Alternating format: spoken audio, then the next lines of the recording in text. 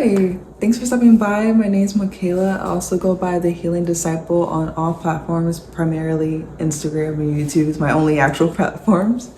But I'm so glad you stopped by on this little corner of YouTube. So in the last clips you saw, I was actually going out to eat with my friend slash coworker, and she took me to this ramen place. I've actually never had like authentic ramen. I usually only eat like the instant ramen, which is my favorite food. Fun fact. But yeah, I actually tried it for the first time and I really liked it. So that's kind of what the first clip was about, was me getting ready to do that. But now it's a couple days later and I kind of just want to catch you guys up on, well, one, I finally finished the Bitter and Burning Society, and honestly I really liked it. There were some things that, you know, I do wish Amanda, the author, did a little bit differently, but I do think it might not necessarily be I wish she did differently. It might have been I should have just like went into the book thinking differently, if that makes sense. So I kind of just want to give you guys an analysis of what I thought about the book. Out of a ranking of 5 stars, I would give this about 4 stars. I do think the book was a combination of both sweet and heartwarming, with like a balance of grief and loss and just kind of like heavy themes that evoked a lot of heavy emotions in me.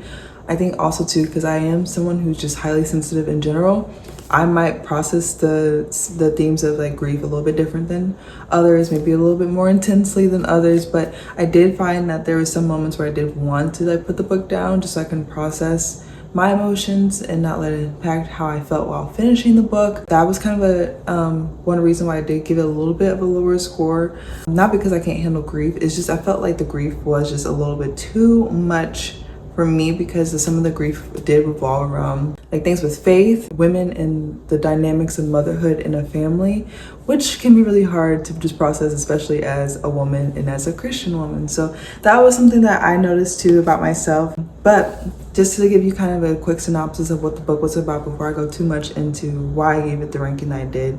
So the main character, Anna, moves to a town called Bitter End to stay with her great aunt, Cora, who actually ends up going on vacation instead. But she moves out here because there was a shooting incident that happened in her elementary school that she taught at, in her kindergarten classroom, and she kind of just needed an escape to get away from the memories of what happened that day. So she goes to Bitter End, meets up with her great aunt Cora, and then she kind of gets to know the people in the town while she's there. Some secrets are uncovered about her grandparents and her family tree, and then she just meets a bunch of characters, 2 of them being her aunts. And then just some people in the town who just happen to, I guess, be around. But most of these people in the book are part of the town's birding society, and they kind of like just meet up weekly to go like look for birds and talk about things like faith, life, and just connection in that way. It seems like a lot of the time the characters are working on finding peace in nature and also in peace in like God's creation, because a lot of it is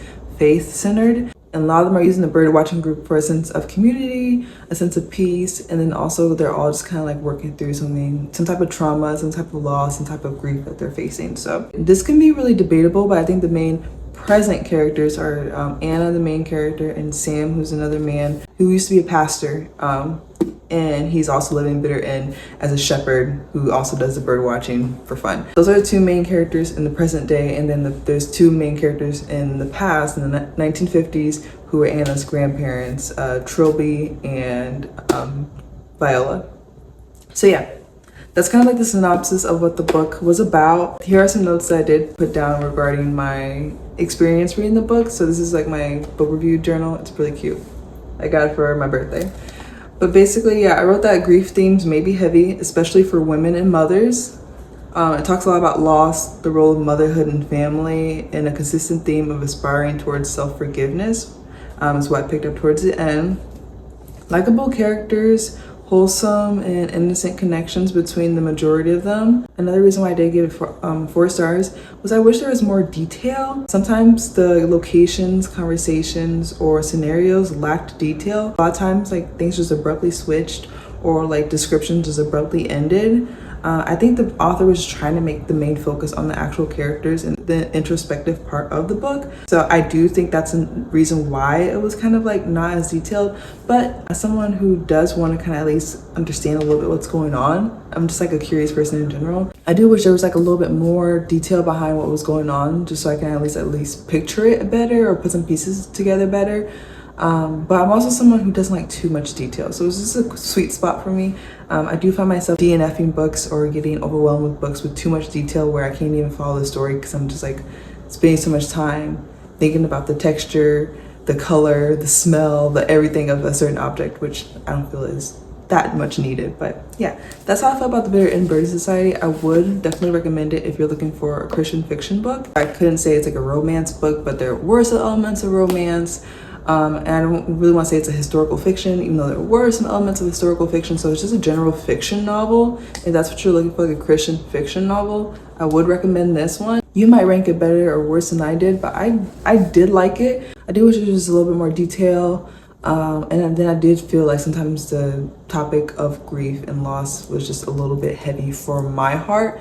It might not be as heavy for yours. So I've actually decided that I'm going to start Human Acts today instead of Crying in H Mart, because Human Acts is shorter, so I kind of just want to get that out of the way and then go into Crying in H Mart, especially because this one was a little bit long. It was not a super thick book by any means, but it was a little bit longer, so I do want to do a little bit of a shorter read as well. But yeah, that's how my reading journey is going so far. I'm really liking the books I've been reading. I'm also being a little bit more critical in my reading. I usually just give 5 stars or like 1 star if I really, really hate the book. I usually don't give 3s or 4s. And I think my philosophy is if I enjoyed it, it was a good book. If I didn't enjoy it, it was a bad book. But I do want to be a little bit more critical in the books that I read, just so I know what I actually want to read and what to look for in like new books that I look for. So yeah, anyways, I'm actually going to get ready to go to Summer Moon, my favorite coffee shop. It's actually not a Saturday today, it's a Monday. I'm off for the next 4 days. I'll be back in office after New Year's. So I'm gonna take this, Monday and go to the coffee shop and see how it feels on a Monday morning. And I'm gonna go write. I haven't been writing as much as I should be. I've been journaling a lot, but I need to continue writing. So I'm gonna go write. Hopefully I'm gonna be there for like an hour or 2 to get some writing in. I'm gonna get a hot mocha because it's 30 degrees today, which is super exciting. Super fun because it was literally 80 degrees. I kid you not. December 26th, I think it was 80 degrees, which is crazy and unbearable, not good for my pots. So I'm glad that it's 30 degrees so I can finally feel like I'm actually having a winter, and it's not going to last long. It's going to be 30 degrees today, 50 degrees tomorrow, 60 degrees the next day. So my winter is not what I had imagined, but I'm going to enjoy it today. So I'm going to give myself a hot mocha, really just try to enjoy myself outside. I plan on writing at the coffee shop, and then I'm also thinking about going to the thrift store.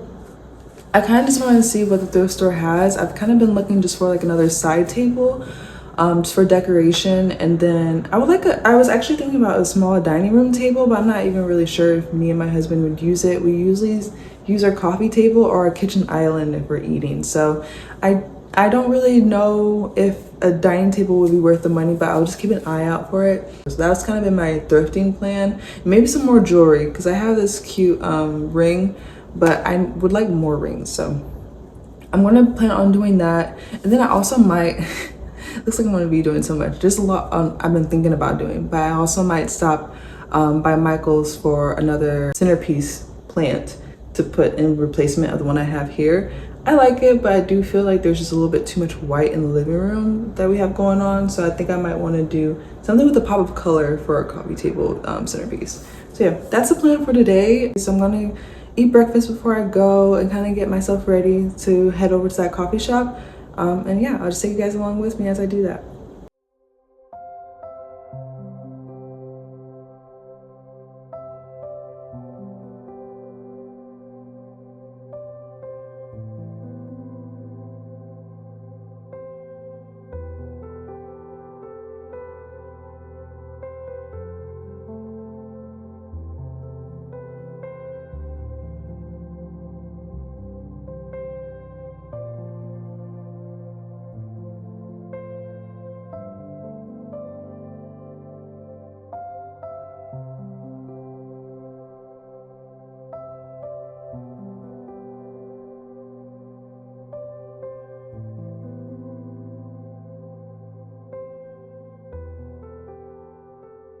I am just not having any luck at the thrift stores, y'all. I have just not been able to find paintings or anything that I'm really looking for.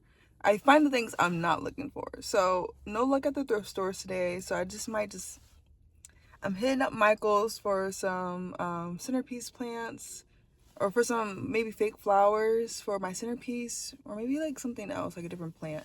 I thought about getting like an actual large plant, like a real plant to put in the living room, but I feel like there's a lot of green in there already, and I don't need, like, even there's a green rug, there's just green everything, and I really need to back off the green for a bit. It's like sometimes what I do is if I like hyperfixate on something specific, like a color or a thing I like, I'll like buy it too much because I'll be so attracted to it and I want it. I'm gonna see what else I can find. I might even just go to Ulta because I've been having like this weird like breakouts on my cheeks lately. So see if I can get like a face mask. So it really doesn't not look like I'm gonna have a successful like home decor thrifting or shopping trip. It might just be the things I really just don't really want but maybe need kind of trip. Sorry y'all, it's not as fun and exciting as I had hoped, but it's okay, it's okay. Maybe another time. We'll have a fun thrifting trip another time. So the shopping trips were not very successful. The only thing I got was my Summer Fridays Vanilla Beige Lip Butter Balm. This one's actually my favorite. I think it might be my actual favorite lip balm ever. I finally ran out of it a couple weeks ago, maybe a month ago, and decided, you know what, let me just go. If I can't get anything else, I'll just get the lip butter balm. I don't know if I already mentioned it beforehand, but I went to Summer Moon and it was so packed. It was just, there was no way I was gonna be able to sit and write. So I decided to go thrifting right away and then kind of look at the other stores to see what the other stores had to offer, and I couldn't really find anything. So I came back home, ate lunch, and I'm actually gonna write here at home. I was actually gonna get started setting the scene with making myself a matcha before I do that. I'm just so happy Mucho got me the matcha set for Christmas because I've been using it almost every day. I love it. I love it so much. I just love the routine of it. I love how calming it makes me feel and just like feeling like I'm creating something. I still love the feeling of a nice hot cup of coffee. I would prefer coffee usually, but I have been making a matcha every day. So I've really been enjoying my matchas. So I'm going to do that before I get started with writing and relaxing before going to the gym. And then also I just kind of, I don't know, this is like something I've been thinking about is I feel like when we have access to everyone's homes, it's like really nice to see what everyone else does with their home. And I love like looking at other people, like influencers, content creators, see how they decorate their places.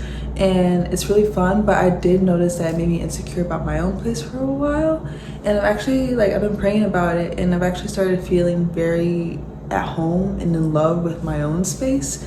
For once, I feel like I've always had like these roller coaster of emotions where some days I like my apartment, some days I'm dissatisfied with it. But it's something I was thinking about. I don't know if you guys have ever experienced that. Social media can have its pros, but a lot of times you do fall into that cycle of comparison. So I'm excited and happy that God's allowing me to be content in my own space. So yeah, I really like how our apartment's looking. I do feel like it feels like a home now. So yeah, that's enough yapping. I did not want this video to be too much yapping, but I feel like it's going to be, and I'm sorry in advance. But yeah, that's just who I am by nature. I'm a yapper. But yeah, I'm gonna get started on that matcha and hopefully be able to set the scene for myself and have a successful session of writing.